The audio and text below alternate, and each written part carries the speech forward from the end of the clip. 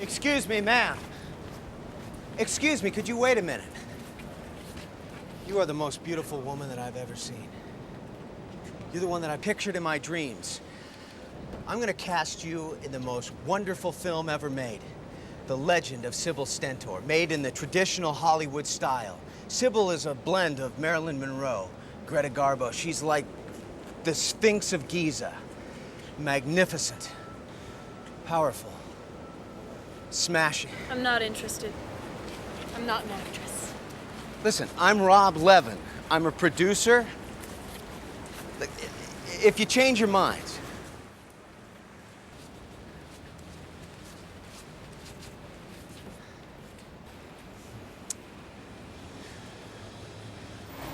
You won't believe this. Someone stopped me on the street today and offered me a role in a movie. You accepted, I hope. Well, my first reaction was to say no. I'm afraid he would find out what I am. Oh, please. Did he ask you to sleep with him? You go so fast. Do you think that that's the only reason he would offer me such a role? You are too judgmental. He's probably a decent married man. What's the matter? How do you know he's for real? Well, I think he's a decent married man. Well, if he does have money, you should accept just for the perks. You know, chauffeurs, limousines, furs, jewels, parties, connections. I wouldn't do that. Think about the consequences. I wouldn't care. I don't mind being a hooker. I claim the title. More than that, I defend my status as a sex worker. Why do you worry? They're all like us. It's not a mainstream job, but a job is a job. We don't do it for the pleasure. We do it simply for the money. Am I right? I'll prove it. Come on. Let's go to the coffee shop. I want to have some fun.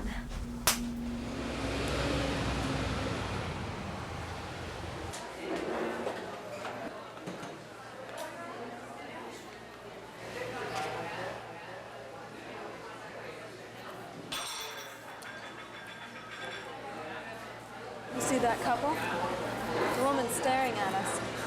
Let's mess with them. They look so innocent.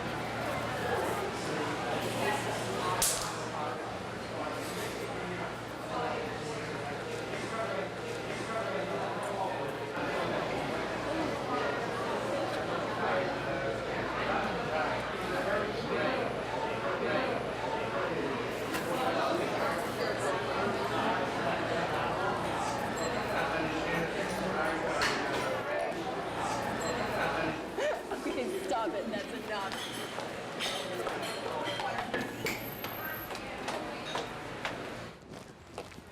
Don't you think you went a little too far? I was looking for my chance to show off and I took it. Maybe I am a clown and I overdo it.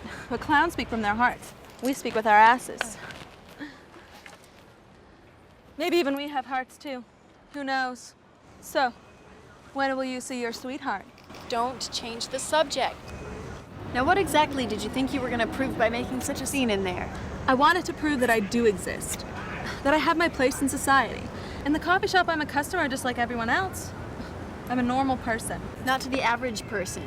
The average person can't comprehend that we are humans too, because if they do understand, they are admitting to themselves that they are flawed just like us. I mean, you know the stereotypes that people hold. Yeah, they avoid us like the fucking plague. No, but that woman was different. For society, it's just a matter of time before they can look inside us and stop judging us by our appearances. They're making a big deal out of nothing. Remember that Louise Bourgeois exhibit you took me to? She has no inhibitions. She gets pleasure out of molding sex organs. Sex organs are meant to be experienced physically as well as visually, though, aren't they? It's the truth. She doesn't worry about society's taboos. It's time to break the taboos and stop the hypocrisy. But she creates. She controls the subject to express all that we hold within us. And what makes you think that I don't create myself? That I can't change things? You'll rot. Your spirit will vanish when you leave this earth and nothing will be left of you. Now, Louise's works, they will speak forever. And will you last forever through film? Absolutely. A film is a work of art.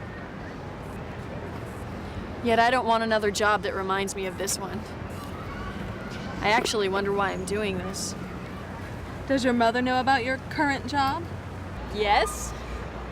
Her life is dreary.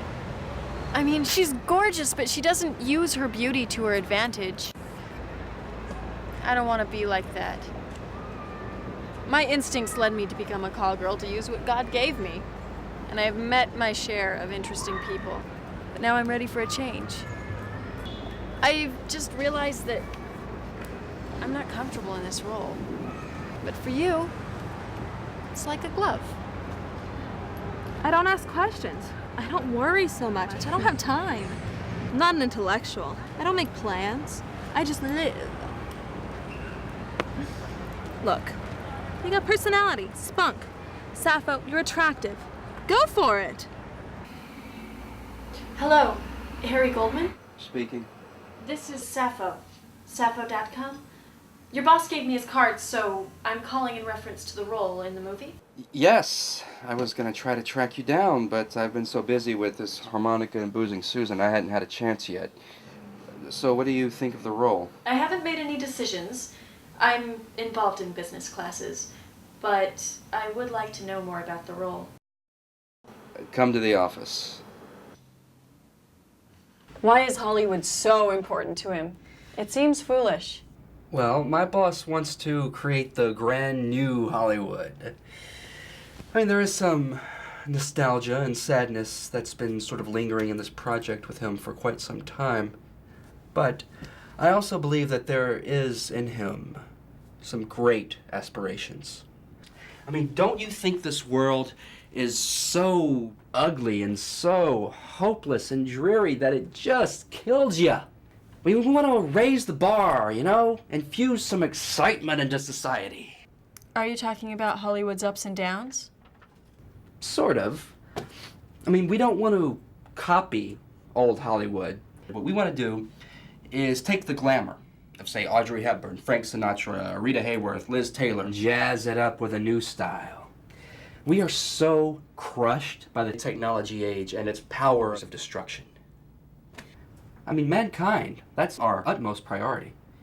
We want to restore dignity back to the human species. But why did he choose me? Because your charisma. You personify every woman's dreams. You are what every woman wants to become. The eternal Eve. Plus, you kind of remind him of his mother. She was a movie star too, you know. She passed away and he went crazy. But her spirit lives in him. And you make that come alive. He suffers. No, he's happy because he believes in you. This world has lost its soul. It's peopled with phantoms. I mean, enough. Stop with the trash, you know? All the sculpted people with their faces with scalpels and sculpted and all the monsters. Enough already with the fear and the torment. We need to offer a serene world, a world of pleasure, a world of beauty, a world of reinvented glamour. You are so rare and precious, like a Burmese ruby. You are sought after.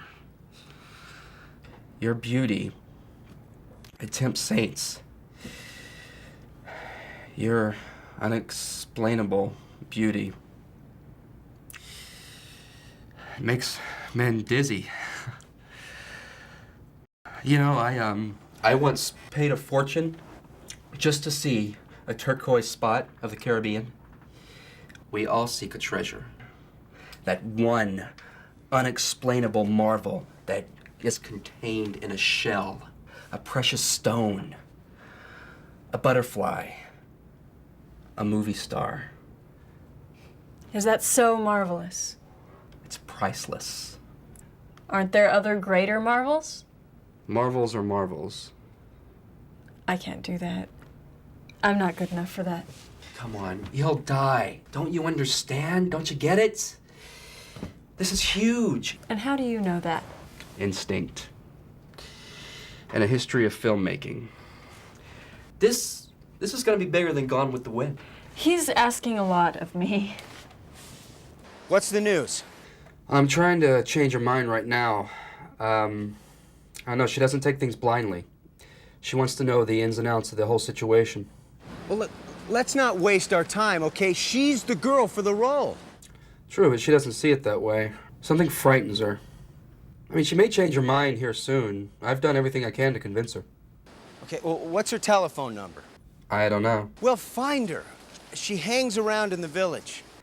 Well, what day was it you said you saw her? What time? Monday, around 12:30. All right. Okay, okay, now find her. Bye.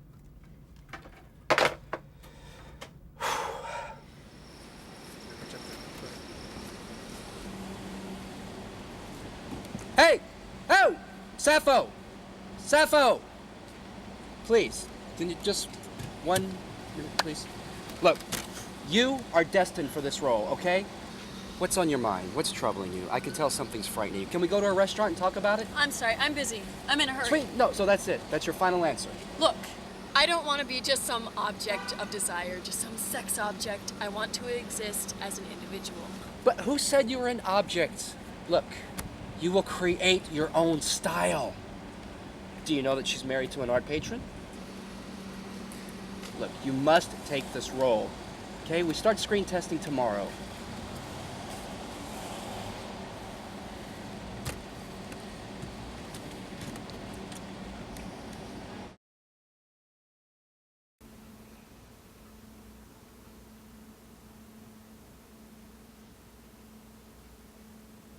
Monica's right. What am I so afraid of? I should go for it. Screen test. Sappho.com. She is alone. And we imagine the following scenarios to study her body language. She thinks about her past. She has been very poor, very in the dark, but she steals the heart of a wealthy man. And so the light goes on. He is so in love with her, and she knows it, and that makes her smile. So she waits for him in her most beautiful dress, ready to go to a party. And she looks in the way of the door. Close up, different parts of the body. Now the full shots. Fantastic. Marvelous. Terrific. Second scene. Second screen test. Both. He comes in.